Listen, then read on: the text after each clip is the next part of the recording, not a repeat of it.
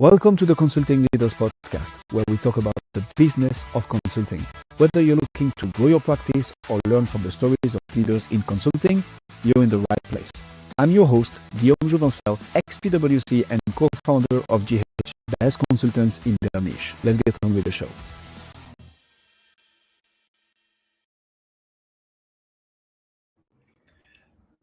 First of all, I'm a fan of the name. So, good job. Well, thank you. Before you got known for the what the fuck roadmap, you were building and leading agencies yourself.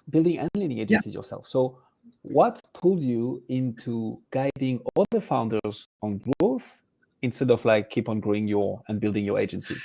How did you get into this? Yeah, so I exited my last agency and stayed and had to stay with the acquirer for a year. And after that, I didn't love not being the CEO. As a matter of fact, I hated it. So, I left, didn't really know what I wanted to do. And so I did some interim VP of e-commerce stuff, did a bunch of consulting to startups, and it was all fine. But then a friend of mine, someone I've known for a really long time, like 20 years, said that she was having some issues with her agency and wondering if she could get my advice. And so I started giving her advice, and all of a sudden, the sun came out and birds started to sing and there were bunnies everywhere and rainbows. And I thought, oh, this is what I'm supposed to be doing. And that was in 2018. And I haven't looked back since. Oh.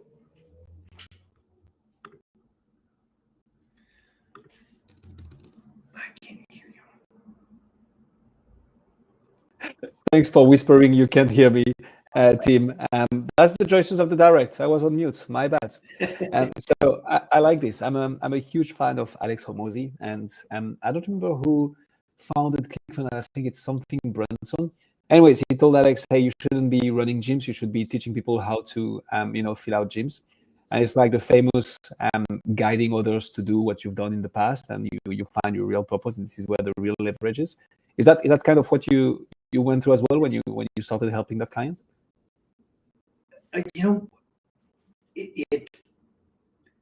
It engaged more parts of me.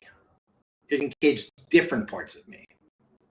I'm a dad. I've got 5 kids, so right. I've spent my life, my adult life, guiding them. My first job out of college, I was a high school teacher. So, really, these are teaching is something that I have always loved. And I did plenty of it inside of my agencies, but it was so much more interesting to me to coach somebody whom I had lived their experience.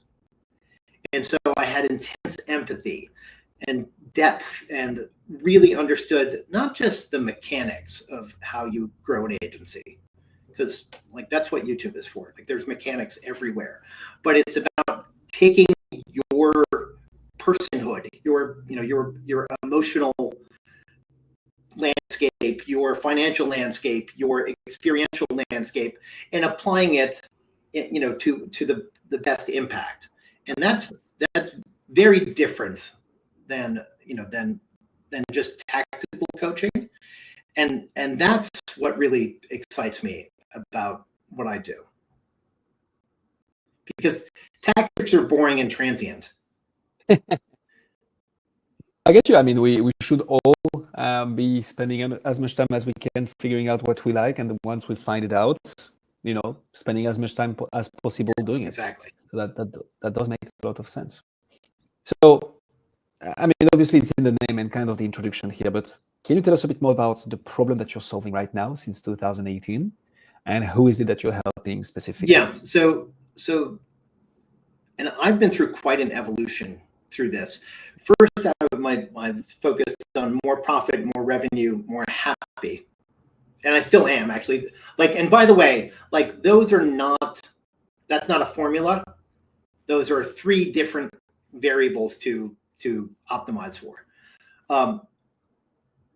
And then I was focused really on building agencies better, because I've realized that lots of people try to build agencies that are terrible to work for.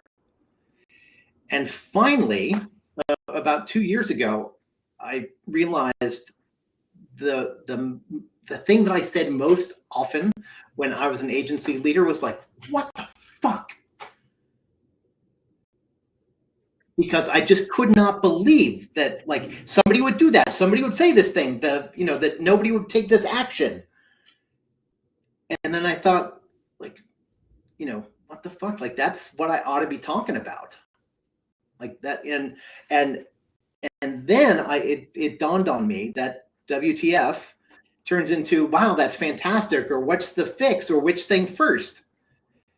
And then I thought, like, oh, there you go. That's like, we're going to turn the what the fuck into an action stream, or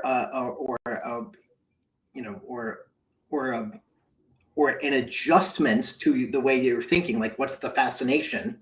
Like, there's so much that deserves to come out of that expression of frustration. And so many people don't give that frustration enough sense, because they feel like they should have already figured it out. They're thinking, like, I run an agency of 25 people. I should know how to do this. And nobody does. And more importantly, nobody knows how to do it so it's effective for you.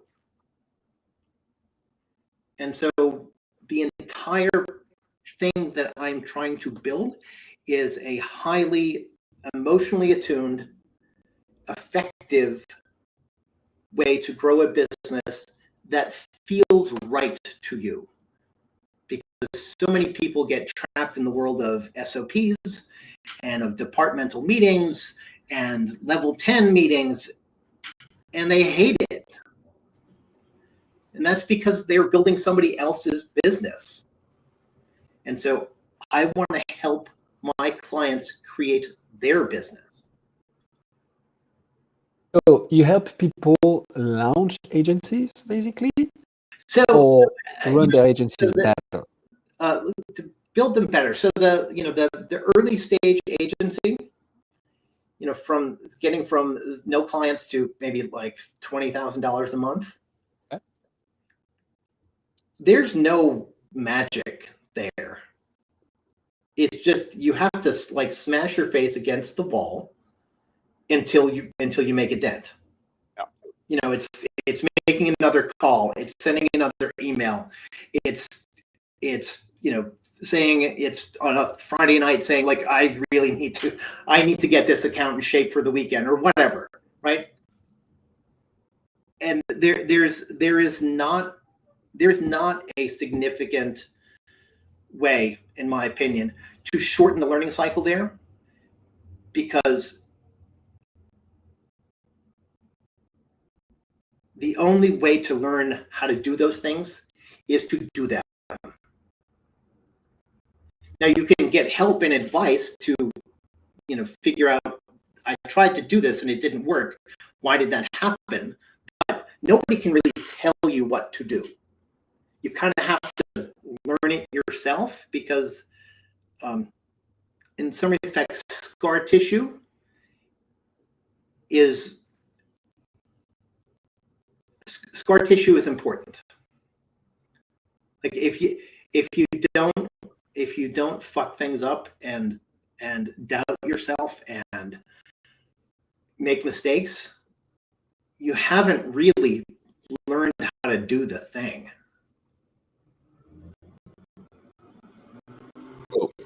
I'm a huge advocate of, you need to walk the talk.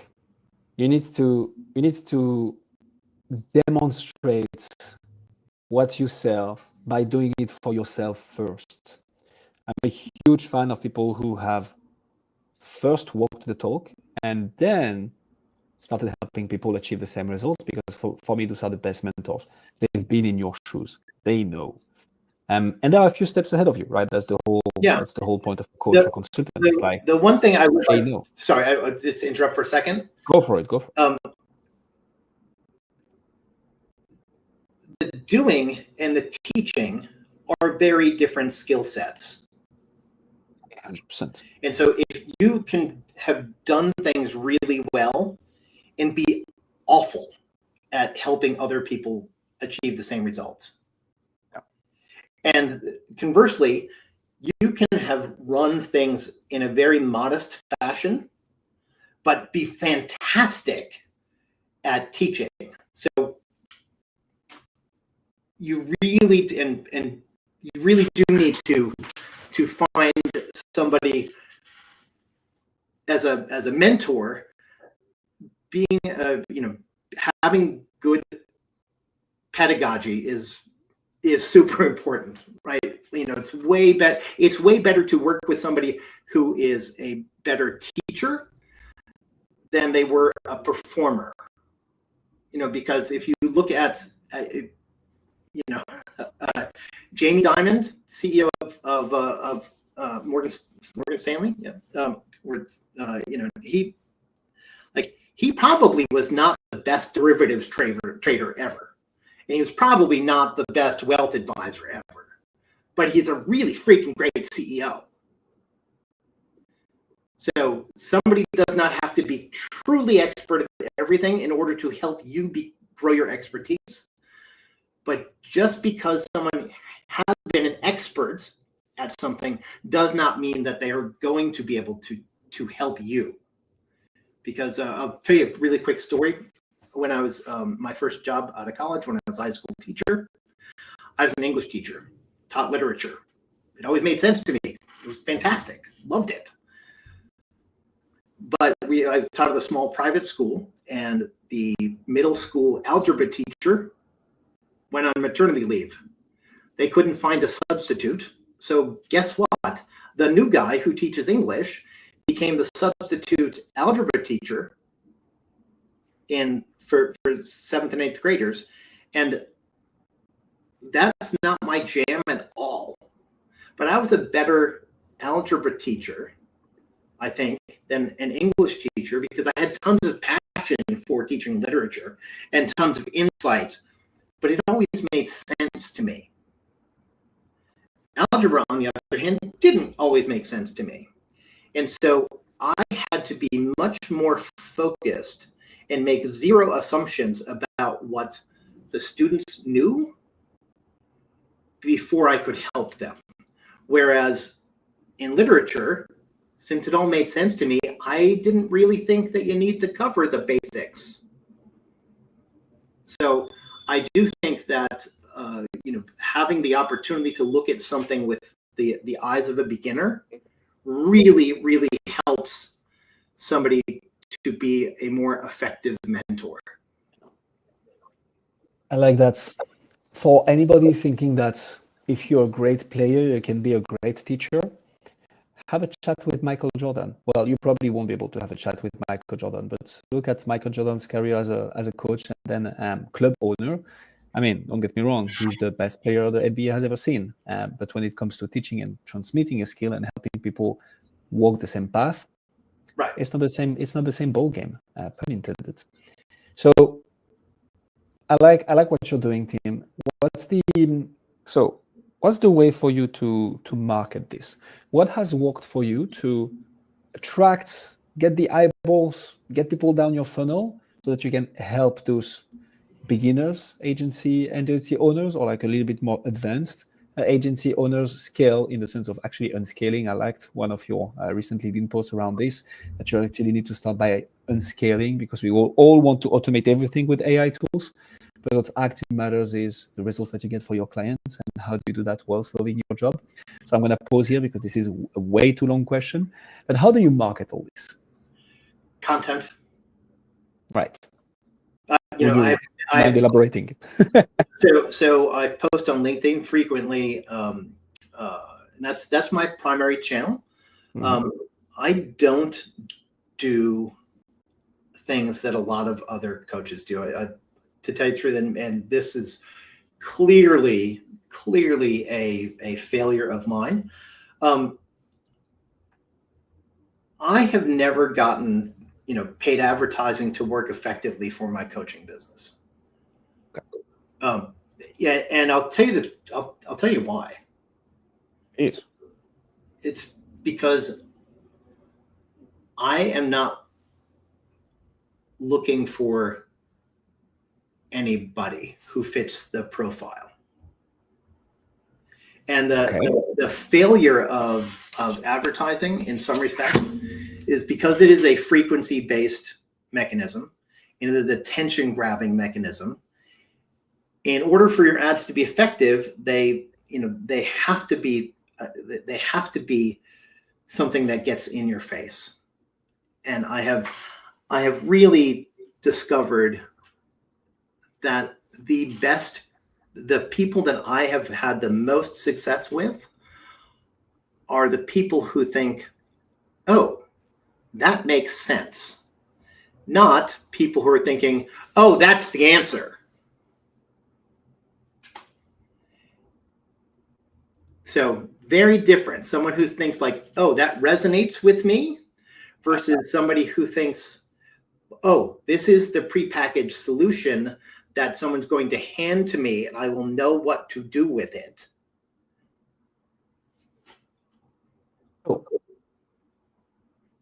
Tell me how you make this work on LinkedIn. Because, so I think you named it, right? At the end of the day, what we do with marketing is we just grab attention, trigger curiosity, and build trust. And once you've built that trust, you try to keep it. So ads is a direct response channel, right? Which is why a lot of B2B coaches and consultants, well, B2B coaches do, consultants a little bit less, because just transforming a Facebook ad, a 30 seconds video into a sales call and closing multiple six-figure deals out of this is tricky. That's typically not how it happens. Yeah. So how do you do content on LinkedIn to hook attention, trigger curiosity, build trust, but also get people to take the next steps, right? Because at the end of the day, you can get millions and millions of views, aka the vanity metrics, and not get anybody to raise their hands to say, hey, help me out here. So how do you go about LinkedIn content? So there's a couple of ways. Number one, almost every bit of content that I create is made with the intention of providing value, of being helpful, and sharing something that I have seen, experienced, noticed, and also providing context. What does that mean? And to be honest, like there's not a formula there. That's just, it's mostly consistent. It's consistent approaches. The other thing that I really like to do, and this is something that can be super time consuming, but getting into like commenting on other people's posts on LinkedIn. And not just like great point or whatever. I mean, sometimes that's the right thing to say, but trying to create a discussion. And that helps you stand out, because not only do people get to understand what you say, but they also understand how you formulate a response, how you engage with people.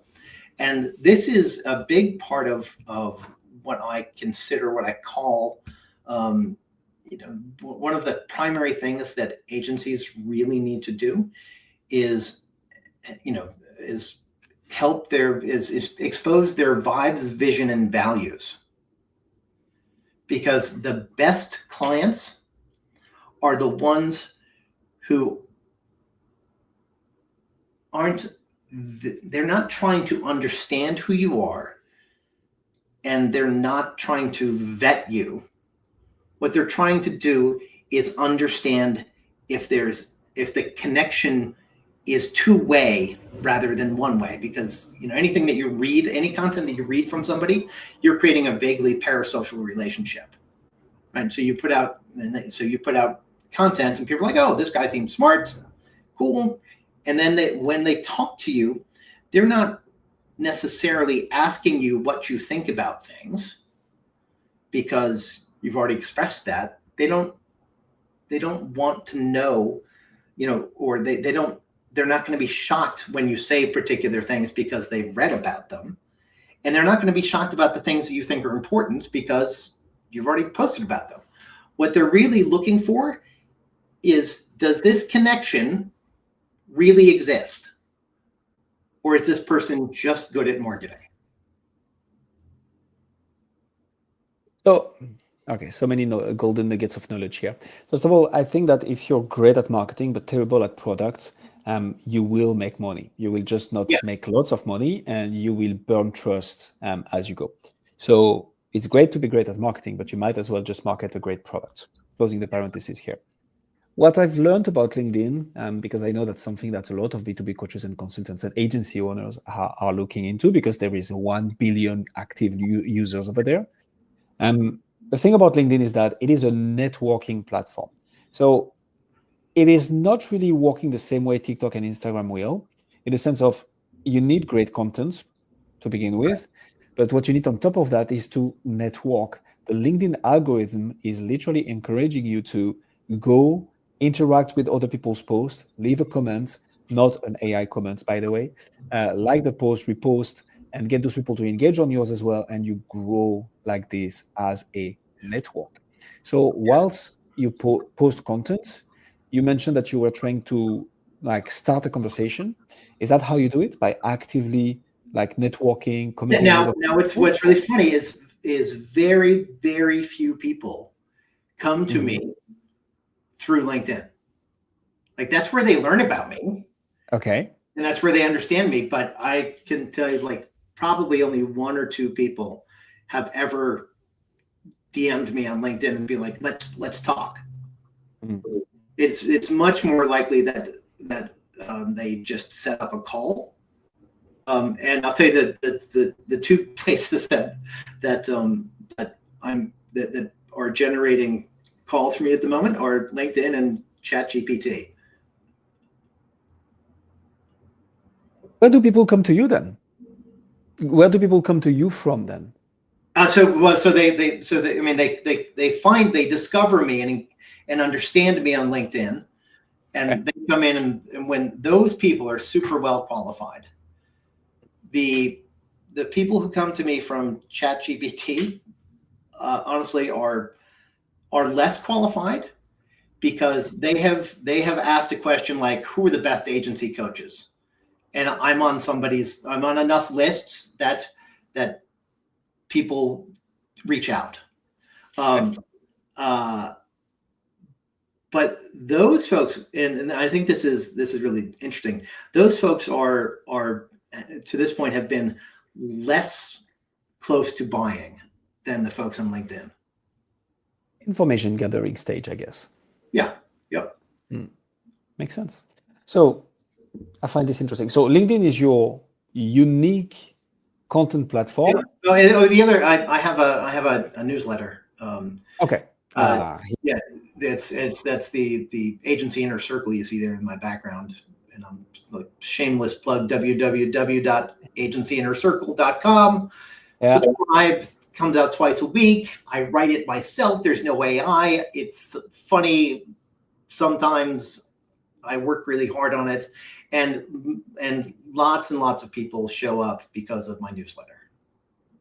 So that's fantastic, and I think that's the that's the missing piece that I wanted to get out of your team, because we looked into you, obviously, so I knew that. But so for the B2B coaches and consultants listening to us, there is marketing on one side, so grabbing attention, triggering curiosity, building trust. But then there is the nurturing part, which is actually providing value that either will get people to take a little action and get results, so that they are reinforced the fact that you provide value and you're an expert in that space, because you've literally given them an advice for free that they can implement. Yeah. And or they'll be like, okay, clearly this is the way to go. I'm going to talk to that person to see if they can do it for me instead of me having to do it. And so that nurturing piece is so important. And I think many people think about newsletter in the sense of like, oh yeah, I have a list, I send them an email every week. But it's really about how much value can you provide in that, 1, 2, 3 email per week that you send to your list, that you nurture, that you sequence based on open rate, reply rates, click-through rates, and really building something that gets you people through the door at the end of the day. Right. Now, something that I don't do, I subscribe to lots of other coaches' emails, Okay. and they have much more sophisticated nurturing solutions. Okay. And they email every day, but for the most part, Some of them do. They're not providing me any value. What they're doing is wrapping a promotion inside of something. They're all promotional emails masquerading as information. Now, in my newsletter, it's information and stories that might have a promotion attached to it, but not always. I mean, I always stick in ads because like somebody's going to pay for Beehive, but to tell you the truth, I'm not super promotional because I just wrote about this in my last week. If you're doing promotions and sales and all that sort of stuff, all you're doing is like you're trying to accelerate something. You're trying to pull a decision forward. And I have found that decisions that are made because of the desire for a discount or because of some sort of scarcity. Yeah. Those are not often great in my experience for my customers and the way that I work. They are often not great fits because there's something about the idea of a discount that creates a transactional metaphor in the client's mind. So like, oh, I've taken advantage of this. I'm going to get something more or faster or different. And so, and this really is a significant concept that I have, this idea of unscaling. It is better to do a few things amazingly well than all things reasonably well.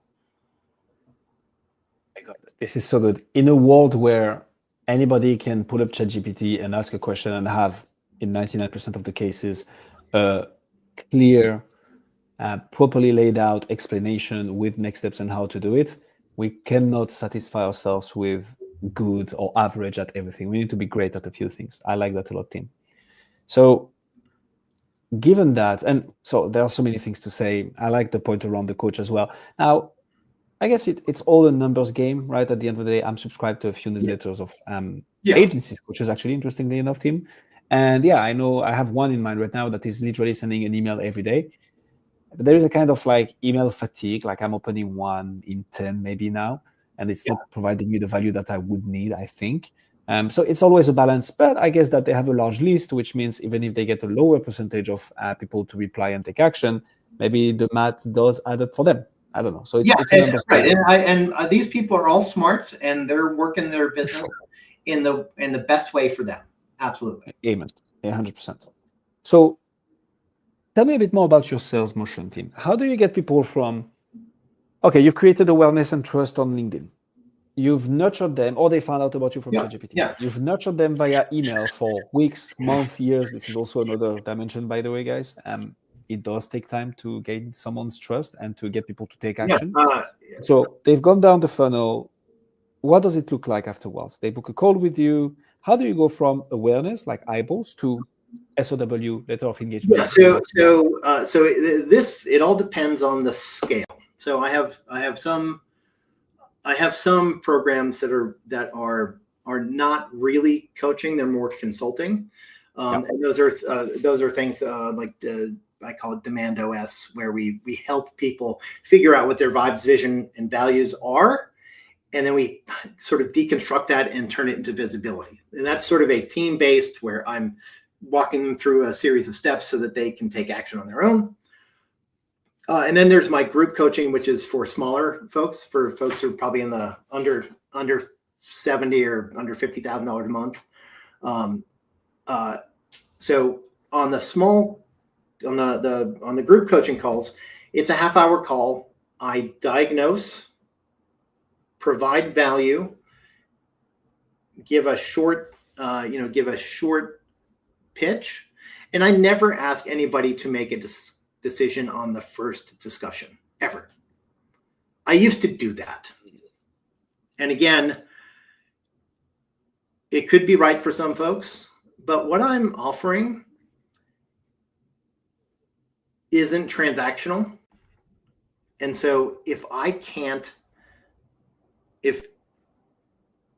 the only time they're going to close is that first call, and they're making a decision under duress in some respects, in front of my very persuasive, very handsome face, that's not how I want it to work. I want them to choose to work with me because that's their best option, not because I had the right thing to say to get them to say yes. And that's a very personal decision. That's not right for everybody, but for me, I found that decisions that are made with some space are better than ones that are made in the moment. That's the business version of what I tell my kids when they go off to college. Like, nobody's ever made a good decision after midnight.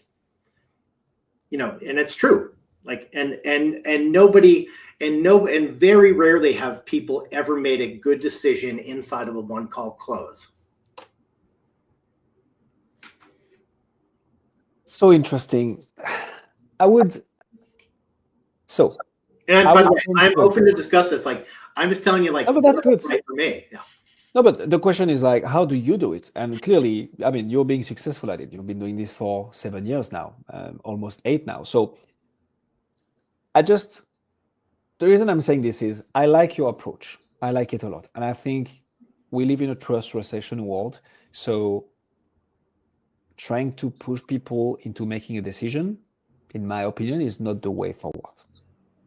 That being said, when someone consumes your content for years, engages with you, reads almost every email, implements some of the advice that you give, gets some results from it, before they ever talk to you, before they ever get into a call with you, when they get into that first discovery call, because this is what happens for a lot of people, like they get into a call only after consumed dozens, if not hundreds of hours of content.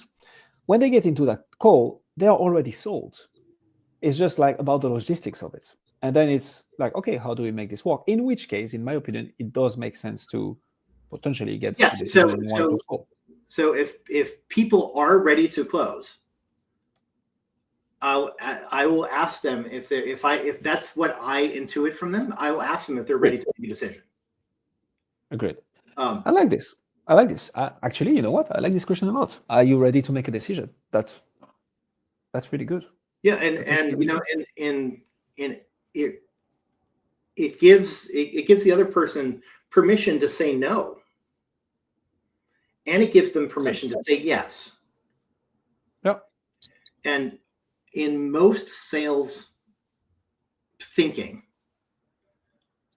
all you're trying to do is get somebody to say yes. And if they say yes enough, when you throw the price in front of them, they're going to say yes again. Right? That's sort of the underlying assumption. Whereas I think it's really important to give people the opportunity to bail if they are not on board or if they're not ready. And if they're not ready and they come back, the discussion turns into, cool, why aren't you ready? Like, what's in the way?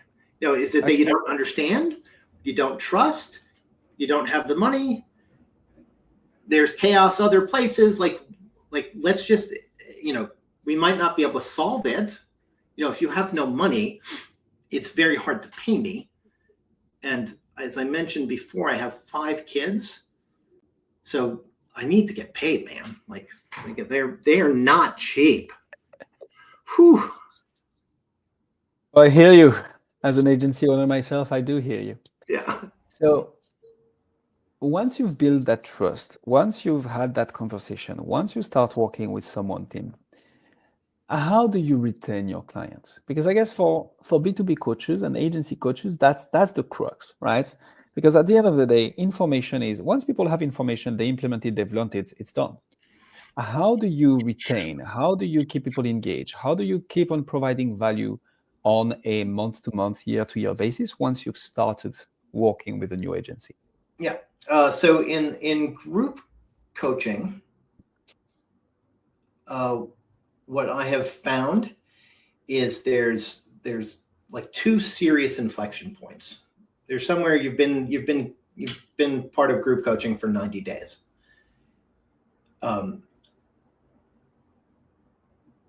And then at that point, like you suddenly understand more stuff, and you're thinking, okay, well, great, there's nothing else to do. So what I do at that point is I often ask people, okay, what are,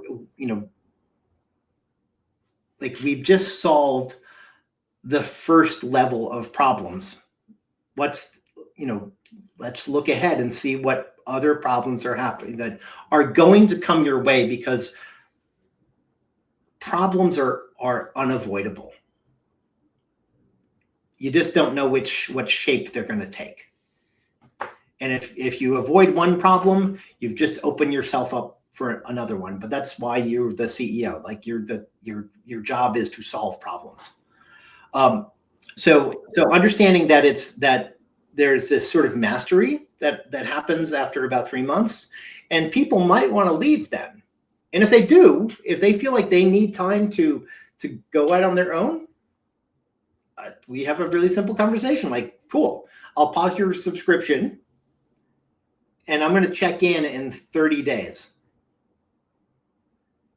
And I know where you are right now. I've got your numbers. I understand, what's happening. And in 30 days, we'll check in again. And if your numbers are better and you're happy, then awesome.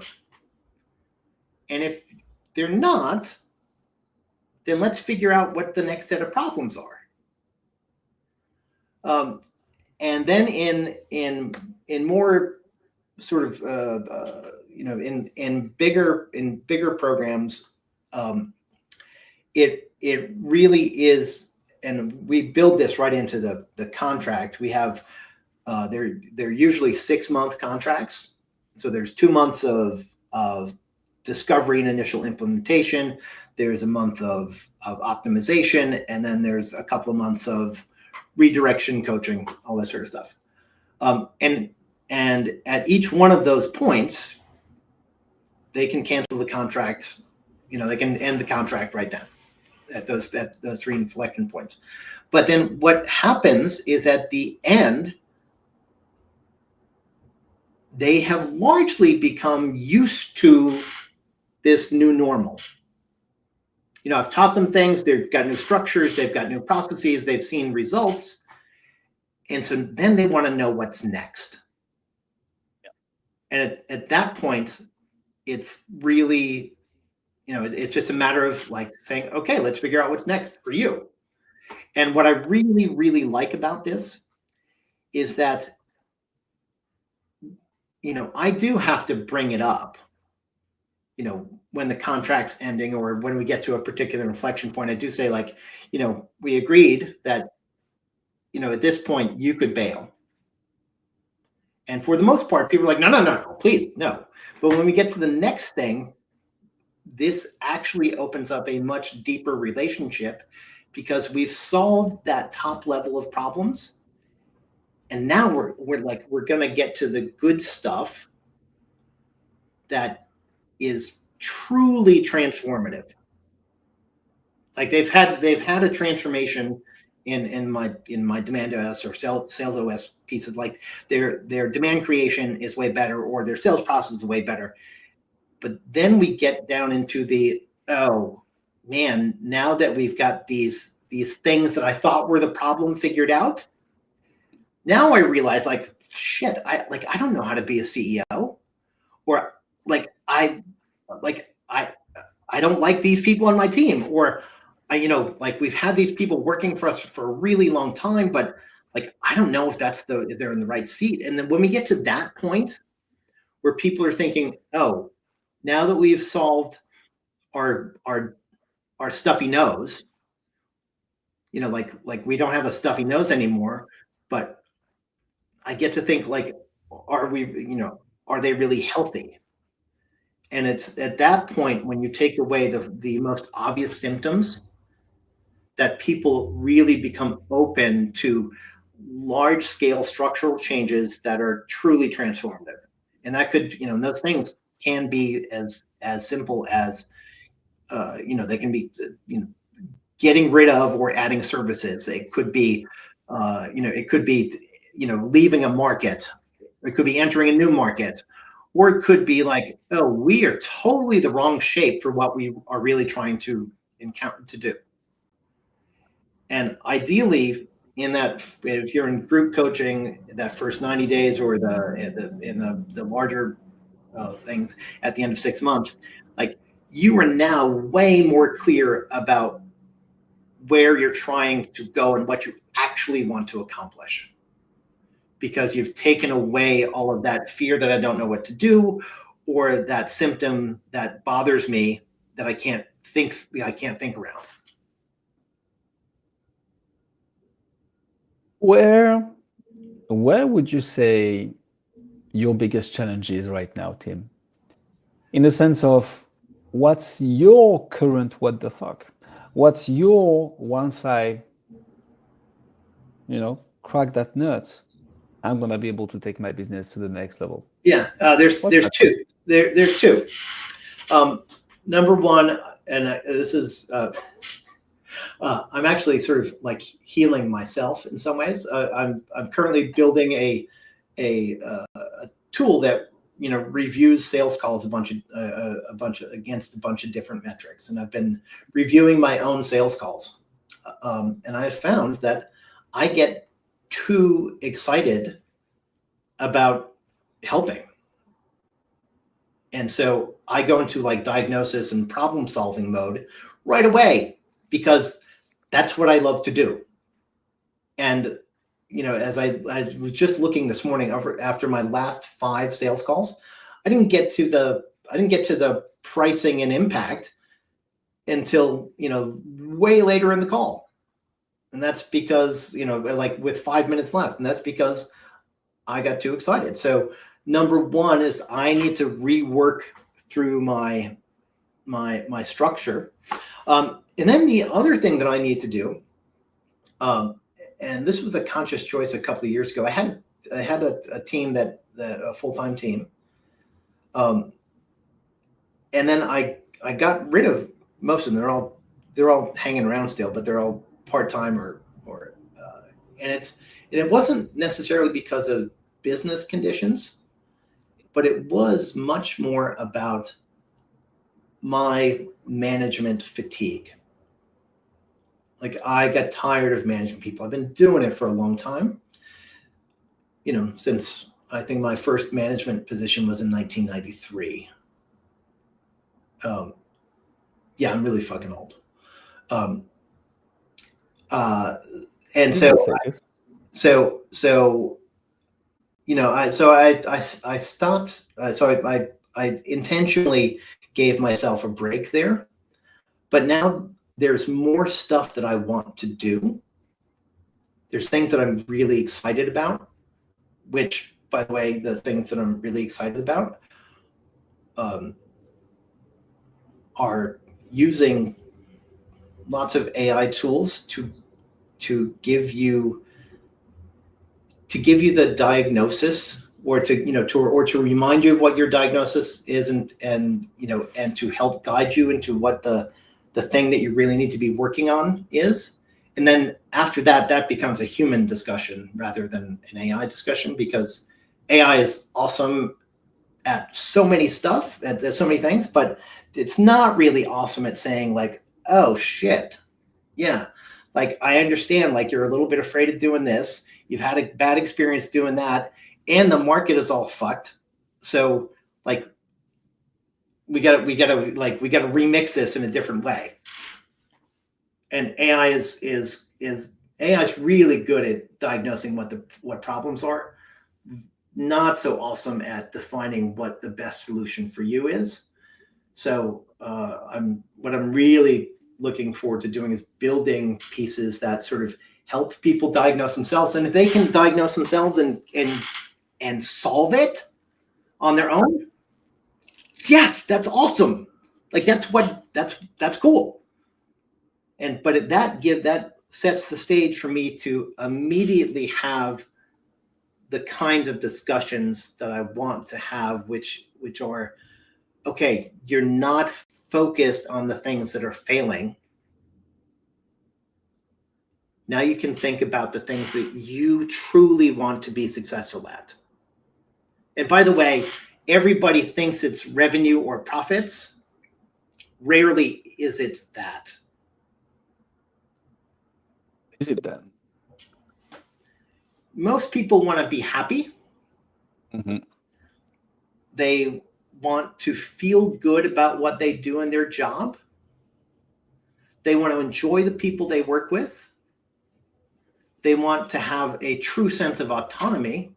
And by the way, if you are a revenue profit motivated person and that's your metric, you have zero freedom. Because those metrics demand constant attention. And so if they are the only things that you care about, you have ceded your autonomy to a profit and loss statement. And very, very few people want to do that. Most people want the opportunity to be creative, to expand, to contract, to adjust, to change. They want to be free to experience the things that they want to experience. And if your only success metric is a profit and loss statement, you don't have any autonomy. Amen to that. Tim, ladies and gentlemen. Tim, if people want to find out more about you, see what you do, where should they go? TimKilroy.com, Tim Kilroy on LinkedIn, www.agencyinnercircle.com. I'm not hard to find. Well, to make sure that you aren't, we'll put all the links in the description. And I can say one thing for sure is that you gained at least one new connection on LinkedIn out of this interview. Me. Yes. I just added you. And Tim, thank you so much for coming on Consulting Leaders. Thank you so much. It's been great. Thanks for joining us on this episode of the Consulting Leaders podcast. We hope you learned valuable lessons on how to grow your practice and take your business to the next level. Make sure to subscribe and leave us a review wherever you're listening to this show so you never miss an episode. To apply and be a guest on the show, click the link in the description. See you next time. How was that?